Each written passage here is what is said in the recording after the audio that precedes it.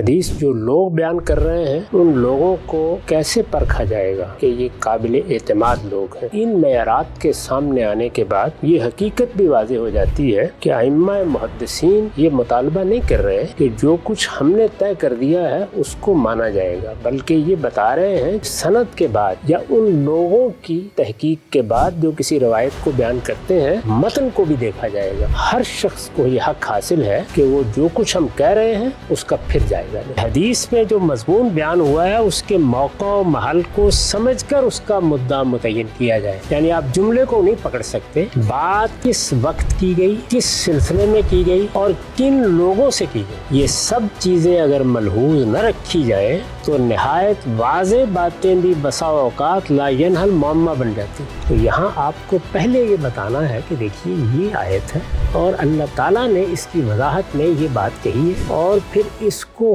خود اس کی وضاحت قرار دیا ہے۔